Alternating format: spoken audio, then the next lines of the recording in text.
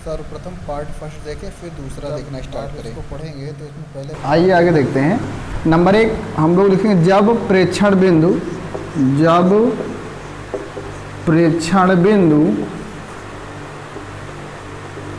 दोनों प्लेटों के मध्य हो, दोनों प्लेटों के मध्य हो। देखिए ध्यान से, जब दोनों प्लेटों क्या हो, मध्य हो, तब हम लोग क्या ज्ञात करेंगे, तीव्रता ज्ञात करेंगे। लिखेंगे अतः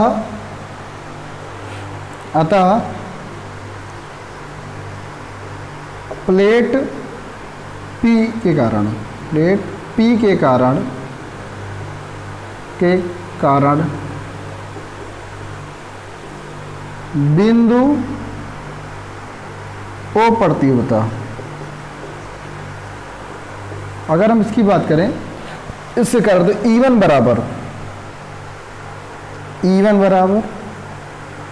सिग्मा अपान 2 एप्सिलॉन 0, और यहाँ लिखेंगे O A की दिशा में। O से किधर दिशा है, OA की दिशा में। एक बार हम समझाना चाहेंगे आपको। पहले आपको लिखना है, ये मेन हेडिंग है, जब प्रेक्षण बिंदु दोनों प्लेटों क्या हो, मध्य हो। ये आपको मेन हेडिंग है। उसके बाद हम जब इसके बाद लिखेंगे अतः प्लेट P के कारण। अगर एक प्लेट के लिए बात करें तीव्रता, तो हमने आपको एक प्लेट के लिए तीव्रता E बराबर सिग्मा अपान 2 एप्सिलॉन 0 है। एप्सिलॉन 0 का निगमन पहले करवा चुके हैं। तो ये एक प्लेट के लिए, केवल एक प्लेट के लिए, किसकी दिशा में, O से लेकर A की दिशा में। तो ये आप नोट कर लीजिए इसको। इसके बाद हम मिटा देते हैं, ठीक है। अभी इसलिए हम उधर वाला नहीं मिटा रहे हैं क्योंकि अभी आपको फिगर से हम समझाना चाह रहे हैं, नहीं तो उसको मिटा देते। मगर अभी इसलिए नहीं मिटा रहे हैं, आपको अगले वाले मिटा देंगे। मगर एक बार अभी आपको समझाना चाह रहे हैं कि अगर P पर है, प्लेट P के कारण बिंदु O पर तीव्रता, इसके लिए तीव्रता बात करें तो E1 हो जाएगा सिग्मा अपान 2 एप्सिलॉन 0। किधर के लिए, O से A की दिशा में। आगे चलते हैं।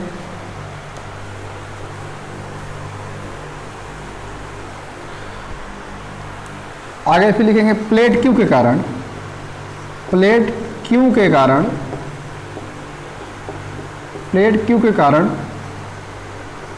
बिंदु कहाँ पर, O पर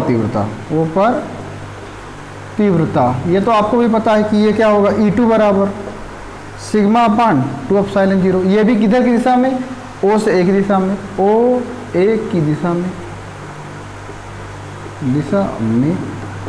आगे अब लिखेंगे अतः बिंदु O पर परिणामी तीव्रता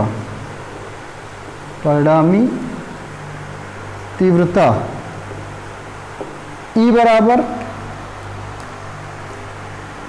E1 प्लस E2। E बराबर का है कि E1 प्लस E2। इसमें आप तीर निशान लगा लीजिए। तो आपको पता है कि तीर निशान लगाने का मतलब होता है कि एक सदिश राशि है, ठीक है। इतना आप फिर नोट कर लीजिए। प्लेट Q के कारण बिंदु O पर तीव्रता। अब उधर वाला मिटा देंगे, पूरा मिटा देंगे, क्योंकि अब बस खाली इतना याद रखना है कि आगे हम यहाँ पे दोनों दिशाएं क्या है, एकदम सेम है। वहाँ पर दिशाएं क्या है, अलग अलग हैं, ठीक है। आप डायग्राम में बना लीजिए। यहाँ पर दिशाएं आप देख लीजिए, दोनों की सेम है, इसलिए दोनों की डायरेक्शन क्या होगा, आराम से जुड़ जाएगा। जब विपरीत होगा तो दोनों घट जाएंगे। आगे हम लोग चलते हैं, इसको मिटा देते हैं। परिणामी तीव्रता, इसको मिटाएंगे। परिणामी तीव्रता E बराबर E1 प्लस E2। E बराबर E1 का मान है सिग्मा अपान 2 एप्सिलॉन 0, और E2 का मान भी क्या है, सिग्मा अपान 2 एप्सिलॉन 0। दोनों क्या करेंगे, हम लोग जब देखेंगे तो आधार सेम है। अगर जब कभी भी किसी भी चीज़ का आधार सेम से, उसको एक बार लिख लेते हैं 2 एप्सिलॉन 0। और सिग्मा और सिग्मा कितने, सिग्मा 2 सिग्मा हो जाएगा। 2 से 2 क्या हो जाएगा, कट जाएगा। तो वेक्टर E बराबर कितना आ जाएगा, सिग्मा अपान एप्सिलॉन 0। तो ये आपका निगमन पेपर में काफ़ी बार आता है कि जब दो प्लेटों के मध्य बिंदु O पर वेक्टर E बराबर सिग्मा अपान एप्सिलॉन 0 का निगमन करें, या फिर पेपर में इतना ही लिखा रहेगा दो प्लेटों के मध्य बिंदु O पर तीव्रता ज्ञात करें। दो प्लेटों के मध्य बिंदु O पर तीव्रता ज्ञात करें, तब पर भी आपको ये याद रखना है वेक्टर E बराबर सिग्मा अपान एप्सिलॉन 0 ज्ञात करना है। या फिर लिख के आएगा दो प्लेटों के मध्य बिंदु O पर वेक्टर E बराबर सिग्मा अपान एप्सिलॉन 0 का निगमन करें। तो फिर यही करना है, आपको ध्यान समझना है। दो प्लेटें दी गई हैं जिनका जो तीव्रताएं हैं ना, E1 और E2, दोनों की दिशाएं समान है। अगर दिशाएं समान है, एक प्लेट के लिए आपको पता होना चाहिए, एक प्लेट के लिए सिग्मा अपान 2 एप्सिलॉन 0, तो दूसरे वाले के लिए भी यही हो जाएगा। दोनों का आधार समान है तो एक बार लिखा जाता है। जब सेम होता है ना बेटा, तो एक बार लिखते हैं इसको।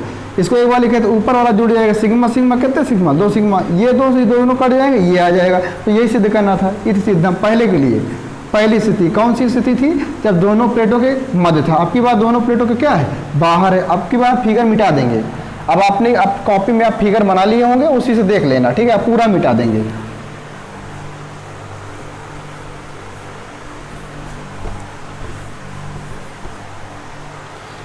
अब देखेंगे सेकंड टाइप, जब प्रेक्षण बिंदु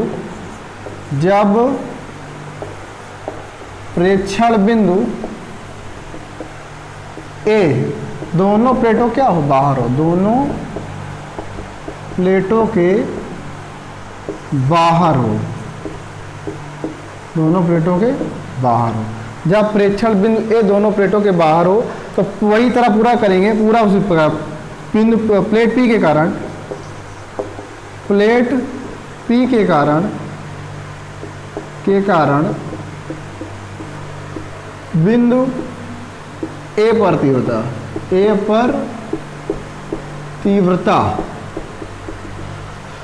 प्लेट पी के कारण बिंदु ए पर तीव्रता की बात करें तो यहाँ हम लिखेंगे E3 बराबर वही उसी प्रकार सिग्मा अपान कहेंगे 2 एप्सिलॉन 0 के। ये आपको पता है कि एक प्लेट के लिए है, तो किधर से यहाँ पे लिखेंगे ए से ओ की दिशा में, ए या फिर ओ ए ओ की दिशा में, ठीक है। तो क्या लिखेंगे हम लोग, ओ से ए लिखेंगे या फिर ओ ए की दिशा में लिख लेंगे, कोई दिक्कत नहीं। आगे चलते हैं, अगला लिखेंगे हम लोग ये इसी प्रकार E4 लिख लेंगे, क्यू के कारण यहाँ लिख लेंगे इसको, क्यू के कारण तीव्रता। तो E4 बराबर हो जाएगा सिग्मा अपान 2 एप्सिलॉन 0, ये इधर के लिख लेंगे OA की दिशा में, OA की दिशा में। जब हम इसको लिख लेते हैं तो यहाँ पे लिखेंगे बिंदु ए पर परिणामी तीव्रता। आगे क्या करें, E3 निकला है, E4 निकला है, इस पर भी लगा दो, लिख लेना प्लेट पी के कारण बिंदु ए पर तीव्रता, उसी पर प्लेट क्यू के कारण बिंदु ए पर तीव्रता। ये आपने ये निशान लगा दिया, इसका मतलब ये ऊपर वाली लाइन प्लेट क्यू के कारण बिंदु ए पर तीव्रता। E4 लिखेंगे। अब लिखेंगे परिणाम बिंदु ए पर परिणामी तीव्रता, ये हो जाएगा बेटा E बराबर E3 माइनस E4। ये आपको समझना है कि ये दोनों E3 है, ये E4 है, दोनों की दिशाएं क्या है, विपरीत हैं। आप देख रहे हैं इधर A से O लिखा है, O से A लिखा है, अगर दिशाएं विपरीत है दोनों आपस में क्या होंगे, घट जाएंगे। ये आपको याद रखना है। अगर आपको फिजिक्स कठिन लगती है तो आप 2-4 बार अगर आप इसको देखेंगे पढ़ेंगे ना तो ये आसान हो जाएगी। अभी माना कि आपको 2-3 चैप्टर टफ लग रहे होंगे, ठीक है, आगे वाली जो लैंग्वेज है बहुत आसान है, ठीक है। फिजिक्स सबको लगती है कठिन बेटा, जो भी पढ़ा रहे हैं उनको भी, बशर्ते ये होता है ना कि ये रेगुलर जब प्रैक्टिस में रहती है तो अच्छा खासा तैयार हो जाता है, ठीक है। अब हम लोग को क्या है कि 4-5 साल से हमने पढ़ाया है इसको अच्छे तरीके से, तो हम लोग को पूरा अच्छे तरीके से तैयार हो गया है, ठीक है। और ऑफलाइन का अच्छा खासा एक्सपीरियंस रहा, वही अब ऑनलाइन में दिखाया जा रहा है, ठीक है। तो बस अगर आप अभी से ऑनलाइन पढ़ने की आदत डालेंगे ना तो आगे आपको अच्छे टीचर से मुलाकात होगी और मोबाइल के थ्रू आपको मुलाकात होगी, कम पैसे में आप अपने घर बैठे आराम से पढ़ पाएंगे। और अगर आप ऑफलाइन के भरोसे रहेंगे तो ये कोचिंग वो कोचिंग आने जाने का समय बर्बाद होगा, इधर उधर भटकेंगे। इसलिए ऑनलाइन अभी से पढ़ना स्टार्ट करिए, अच्छे टीचर आपको मिलेंगे यूट्यूब पे, इसलिए पढ़ना आप अभी से ऑनलाइन स्टार्ट करेंगे, ज़्यादा फायदे में रहेंगे, ठीक है।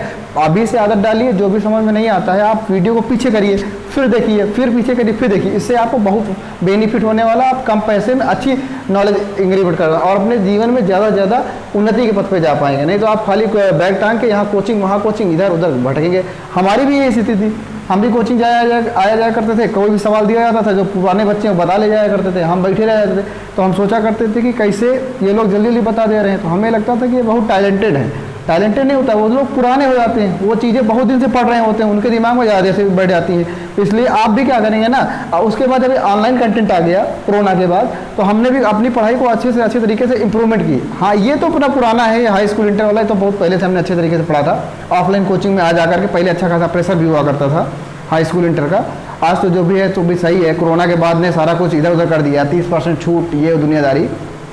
तो इसलिए आप क्या करेंगे, कि आप इसको 2-4 बार पढ़ेंगे ना तो आपको अच्छे तरीके से तैयार हो जाएगा। आज हमने भी ऑनलाइन कंटेंट पढ़ करके और अपने आप को अच्छे तरीके से इम्प्रूवमेंट कर लिया है, ठीक है। और ऑफलाइन के पास जाना आना, उनको महीने का मंथली, जितना आप उनका मंथली पेमेंट देते हैं उतना आप 2-3 महीने का पेमेंट अगर आप रो करके देते पूरे ईयर का, पूरे साल का पेमेंट हो जाता है। आप मान के चलिए कि आप उनको वहाँ पर कोचिंग का 1000 रुपये मंथली देना पड़ता है, तो आप अगर 2000 रुपये देते पूरे ईयर का फीस मिल जाती है, पूरे ईयर के लिए मोबाइल में बैच आ जाता है। आपको जब समय मिले, जैसे भी समय मिले, खेत खलिहान घर बाहर बैठे हो, तुरंत आप आराम से मोबाइल निकालिए, आराम से पढ़ना स्टार्ट कर दीजिए। ऑनलाइन कंटेंट है, क्योंकि आपको भी पता है कि सबके पास मोबाइल हर जगह, हर घर में लगभग कि एक एंड्रॉयड मोबाइल उपलब्ध हो चुका है, ठीक है। क्योंकि 4G का ज़माना है, आने वाला है 5G, तो लोग स्मार्ट होते चले जा रहे हैं, सबके घर में लगभग मोबाइल उपलब्ध है। इसलिए आप ऑनलाइन कंटेंट पढ़ना स्टार्ट कर दीजिए अभी से। अगर आदत डाल देंगे बेटा तो आगे फायदा करेगा। आइए हम लोग देखते हैं, जब प्रेक्षक बिंदु बाहर है तो प्लेट पी के कारण तीव्रता E3 होगी, E3 सिग्मा अपान 2 एप्सिलॉन 0 बेटा, ये OA की दिशा में,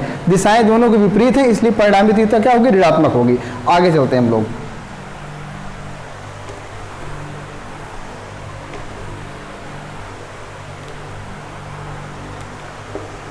वेक्टर ई बराबर यहाँ हम लोग रखेंगे सिग्मा अपान 2 एप्सिलॉन 0 माइनस सिग्मा अपान 2 एप्सिलॉन 0। दोनों ये आपस में घट जाएंगे। जब घट जाते हैं तो कट जाने में 1 आता है, जबकि घट जाने में क्या आएगा, 0 आएगा। तो जब कोई भी प्रेक्षण बिंदु दोनों प्लेटों के मध्य से अगर बाहर होता है तो हमेशा तीव्रता क्या होती है, 0 होती है। यही सिद्ध करना सिद्धम।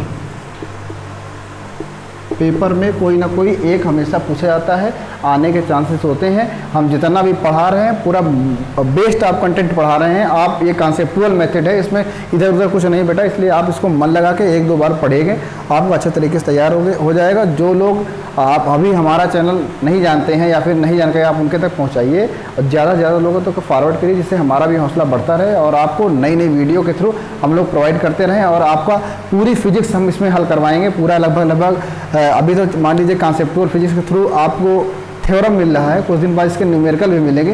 इसलिए आप इससे जुड़े रहिए, पढ़ते रहिए, मस्त रहिए। Thank class.